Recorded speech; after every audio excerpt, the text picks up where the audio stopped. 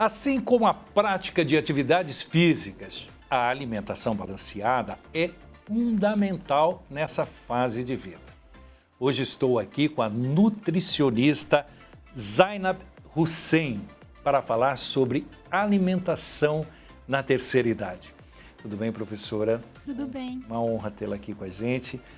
Professora, eu estive falando com o Braulio recentemente e nós estávamos falando sobre terceira idade. Que idade, né? A gente pode considerar uma pessoa que chegou à terceira idade. E conversando com a senhora disse que é muito relativo isso. Tem algumas categorias profissionais que determinam que a pessoa, a idade dela chega à terceira idade, com 62, 64 e assim vai. Mas o que é terceira idade, professora? Então, a terceira idade é uma fase que se inicia com 60 anos de vida em países em desenvolvimento. Agora, em países desenvolvidos, ela se inicia aos 65 anos de vida, segundo a Organização Mundial de Saúde. A terceira idade, o envelhecimento, engloba diferentes dimensões biológicas, físicas, sociais, econômicas, políticas, e essas dimensões vão depender da fase de vida anteriormente vivida, que engloba também experiências na família, na sociedade, nas escolas, aí em outras instituições onde que esse idoso aí trabalhou por um tempo durante sua vida. Também se caracteriza por algumas alterações físicas no organismo do idoso, que vão levar a algumas mudanças aí de comportamento, pensamento, sentimento, reações, ações, entre outros. E a terceira idade, ou a velhice, o conceito dela é bem amplo, porque às vezes a idade cronológica aí da pessoa vai se diferenciar aí da idade biológica, ou seja, se a pessoa aí passou durante sua vida, praticando aí atividade física, se alimentando de forma legal, não teve alguma doença assim específica, ela pode ter, por exemplo, idade de 60, mas a idade biológica dela vai estar de 40 anos. E ao contrário também, se a pessoa chegar aos 60 anos de idade, com excesso de peso, algumas doenças associadas, ela vai estar aí com 60, mas com a idade biológica de 80 anos. Eu posso dar uma conotação que se eu não tiver bem de saúde, eu chego à velhice precocemente, ou saúde não tem muito a ver com a velhice. Velhice é uma situação cronológica e a saúde é biológica, vamos dessa forma. As duas vão influenciar uma a outra. Se a pessoa tiver uma boa saúde, vai chegar aos 60 anos com uma idade biológica aí, com um organismo bom, vai chegar aí aos 60 com idade biológica de 40. Agora, se a saúde não estiver legal, tiver alguma aí doença crônica instalada, como, por exemplo, diabetes, hipertensão, doenças cardiovasculares, ela vai chegar aí aos 60 com idade biológica de 80, com o corpo inflamado, por aí vai. Nós estamos, desde o início do programa, tentando nos adequar à pergunta sobre a alimentação. Há anos atrás, uma pessoa idosa tinha uma alimentação porque era muito mais fácil consumir um alimento mais mole, porque usava dentadura, outros usavam próteses, né? Até mesmo as pontes móveis que machucavam. Hoje, nós já estamos numa qualidade, a gente já pode dar como qualidade os implantes dentários, a fixação melhor desses dentes, que faz com que alguns idosos se beneficiem daquele gosto do churrasco e de tantas outras, né, do torresminho, enfim, né, daquilo que traz o prazer, né, que é o prazer que vem pela alimentação. Mas qual é, né, na época que vivemos hoje, uma alimentação adequada para a terceira idade? Bom, na velhice Existem algumas alterações aí externas no organismo. Começam a aparecer aí na pele, algumas rugas na face, no cabelo, nas unhas. Também com essas mudanças externas, existe algumas mudanças internas. Existe uma diminuição aí de massa muscular, uma diminuição significativa também na produção de suco gástrico ali no estômago, alguma modificação também na microbiota intestinal aí do indivíduo, alguma perda parcial ou total também dos dentes, e por isso que nessa fase de vida a atenção aí para a saúde tem que ser redobrada. E com foco nisso, a pessoa tem que adotar alguns hábitos para melhorar a qualidade da vida e deixar essa vida aí mais longa, certo? E a alimentação saudável vai entrar nesse sentido, pois aí ajuda o idoso a manter um peso saudável, a melhorar a disposição, ter mais energia para realizar as atividades no dia a dia também. E também uma alimentação adequada, balanceada, vai fornecer mais nutrientes. E isso ajuda a evitar o risco de doenças crônicas não transmissíveis, como cardiopatias, diabetes, pressão alta, entre outros.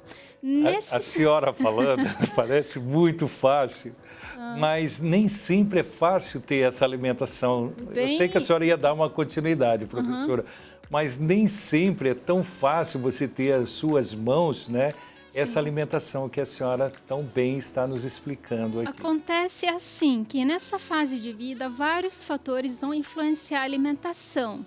Infelizmente, com a velhice, aumenta o uso de alguns medicamentos de forma excessiva.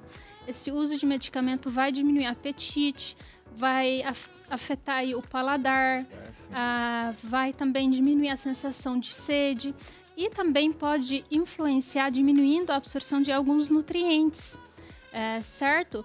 E assim, isso pode acarretar alguma perda de peso involuntária. Quando associada a alguma doença, tudo bem.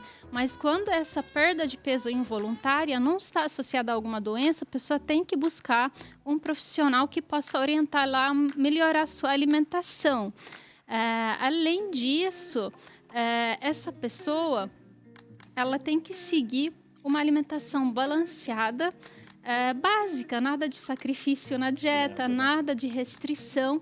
É uma alimentação básica, com alimentos frescos, saborosos e preparações caseiras aí em casa com bons ingredientes. Tá certo. A senhora fala sobre uma alimentação saudável. Daqui a pouquinho, logo após um intervalinho que nós vamos ter, eu gostaria de algumas dicas, né? Porque o que eu penso como pessoa que fica o dia inteiro no celular é que toda hora tem milagre para tudo, né? Então tem uns que dizem comam, né, alimentos com banha. Agora há pouco nós tivemos recentemente aqui o professor Braulio Branco falando que não é assim, né? Não é que é totalmente saudável. Então, a gente tem que realmente ponderar as facilidades que a comunicação, às vezes, nos traz, mas nem sempre isso repercute em saúde, em algo saudável. Antes do intervalo, nós estávamos conversando sobre o que a internet vem nos oferecendo. Uma alimentação, um complemento alimentar, toma ômega, tira o ômega, coloca ovo na alimentação, tira o ovo da alimentação, tira fibras, coloca fibras. Olha, professora, nós que já passamos dos 60, realmente ficamos perdidos com tantas informações. O que a senhora tem a nos falar sobre essas e outras ações que podemos, né, ter realmente como meta a ser seguida para termos uma alimentação saudável? Nada de milagre. Uma alimentação básica e nunca é tarde demais para seguir uma alimentação aí saudável e balanceada. Quando o idoso ele começa a praticar essas ações em relação à sua alimentação, ele vai se beneficiar, a família vai se beneficiar também, porque a alimentação saudável traz vários benefícios, entre eles viver mais e mais forte, porque uma alimentação saudável, ela vai melhorar aí o sistema imunológico, vai manter também o peso dentro de um patamar saudável e isso vai evitar o risco de doenças crônicas não transmissíveis, como, por exemplo, um possível derrame, doenças cardiovasculares, diabetes, hipertensão, osteoporose ou até um câncer. E quando essa alimentação ainda é associada a uma atividade física, isso vai trazer uma manutenção na saúde do idoso e, consequentemente, uma independência e autonomia nessa fase de vida, que é muito importante. Além disso, um outro benefício, a alimentação saudável também, ela vai fortalecer a mente.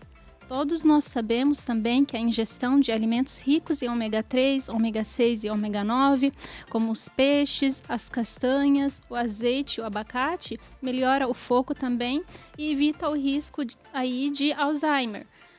Tem também um terceiro benefício relacionado aí a melhorar a qualidade de vida no geral. Um corpo saudável vai trazer aí uma felicidade que vai aí se alastrar por dentro e por fora. Certo? Porque quando a gente se alimenta bem, a gente tem mais energia, mais disposição e a gente também começa a ter mais autoestima melhor, então, no dia a dia. Uma palavra que a senhora disse, né? Não tem milagre. É consequência, são hábitos que nós devemos seguir, né? Se, por um acaso, naquela linha que a senhora nos trouxe, que nunca é tarde para começar. Estou falando isso por minha causa, né? Sim. Mas como nós devemos, então, começar? O início vem do quê? Para tudo, para enlatados, para isso, para aquilo, e vamos seguir. Qual seria a sua orientação, ou qual é a sua orientação para que a gente possa dar esse início, né? Sem sofrer muito, mas beneficiando a mim e aqueles que estão à minha volta. Algumas dicas em relação aí à melhora da alimentação que eu trouxe hoje são bem básicas. As recomendações aí nutricionais do idoso não se diferenciam muito das recomendações nutricionais do adulto. Mas um ponto muito importante a ser levado em consideração é o consumo de proteínas, que é essencial. Carne, peixe, ovos, frango. Consumir também leguminosas que são origem aí de uma proteína vegetal, consumir castanhas, vai aí ofertar um aporte proteico legal para o idoso que já tem uma digestão e absorção aí diminuída desse macronutriente que é de extrema importância para aumentar a massa muscular aí do idoso, inibindo aí as fragilidades e as quedas, porque a proteína ela aumenta a síntese da massa muscular e, além disso, a proteína também ela é um componente essencial aí para melhorar a textura do cabelo, da pele e das unhas. Uma outra também dica que não é menos importante, o consumo de hortaliças, vegetais e frutas é de extrema importância também, porque a gente observa que no Brasil mais que 60% dos idosos eles têm alguma falta de alguma vitamina que é essencial e esses alimentos aí vão ofertar aí um aporte aí de vitaminas e minerais adequado para aquele idoso que tem o intestino também afetado e não tem uma absorção legal dessas vitaminas e minerais. Além disso, esses alimentos aí são ricos em fibras. A fibra também é muito importante para manter um funcionamento legal do intestino, evitar o risco de doenças como diabetes, colesterol alto e ainda as fibras vão fornecer aí uma sensação de saciedade que pode, na maioria das vezes, ajudar aí no processo de perda de peso. A senhora não falou ainda e eu preciso perguntar, Sim. E os açúcares? Tão assim vilão em todas as... Você vai ao exame, vai, né, ao auxílio, né, de alguém, primeira coisa, né? Não coma massa, não coma pão, não macarrão nunca mais, ou só no domingo, e açúcar nunca mais. Sim. Como que a gente pode dosar isso, professor? De verdade, uma das funções afetadas aí no organismo do idoso e na velhice é a perda do paladar. que acontece? O idoso começa a perder paladar, então começa a adicionar mais sal nos alimentos, começa a adoçar suas bebidas, não quer beber mais água porque não sente mais sede, tem uma falta aí de sentir o sabor das coisas, começa a adicionar açúcar aí no café, começa a trocar a água por refri, por sucos, e isso é muito errado. Por quê? Porque o sal é relacionado à hipertensão arterial elevada, e o consumo de açúcar também traz inflamação para o nosso corpo, e a inflamação vai afetar vários processos, vai causar diabetes, o diabetes pode afetar a visão, pode afetar aí alguns membros também. Então, o consumo de açúcar é muito inflamatório, principalmente também, que é uma coisa que o professor Braulio falou, o consumo de alimentos processados e ultraprocessados, que são até falar do ricos. Professor Braulio, eu o apresentei aqui como professor de educação física, mas ele é nutricionista também, né? Isso que mesmo. Bom. Mas pode continuar, desculpa, é só né, que ele merecia essa minha correção. Então, esses alimentos processados e ultraprocessados são alimentos ricos em sal e açúcares. E alguns também componentes químicos que fazem muito mal à saúde. Por isso que a gente tem que evitar o consumo de alimentos processados e ultraprocessados e aumentar o consumo de alimentos in natura, beber bastante água mesmo sem sentir sede, sempre observar também a coloração da urina, a quantidade também aí, o volume da urina, para não estar então fazendo consumo excessivo de sal e açúcar e afetando todas as funções metabólicas. Professora, a senhora faz parte também do projeto que o professor Braulio veio trazer para nós, né? Então, para as pessoas terem acesso a esse projeto, redes sociais, é só procurar que vai encontrar. Isso mesmo. Aí a gente temos o Instagram do LIPS, tá? Onde que a gente divulga aí as vagas que vão se abrir para o pessoal aí poder se inserir no projeto. Quando eles entram em contato, a gente manda um link de inscrição, eles vão acessar, vão fazer a inscrição e de acordo com a disponibilidade das vagas que a gente tem e com os requisitos também, a gente vai fazer seleção e vai estar chamando o pessoal aí para fazer os exames iniciais antes de começar aí o projeto. E é tudo gratuito. Isso mesmo, o projeto é totalmente gratuito, sem custo nenhum. E ocorre 2 vezes por semana, dependendo na terça-feira e na quinta-feira, na maioria das vezes. Ok. Professora, muito obrigado pela essa aula, né, que nós tivemos aqui e certamente teremos outras oportunidades de estarmos juntos. Muito obrigado, um abraço à sua equipe, ao Braulio, enfim, a todos vocês que realizam esse trabalho brilhante. Muito obrigado. Obrigada.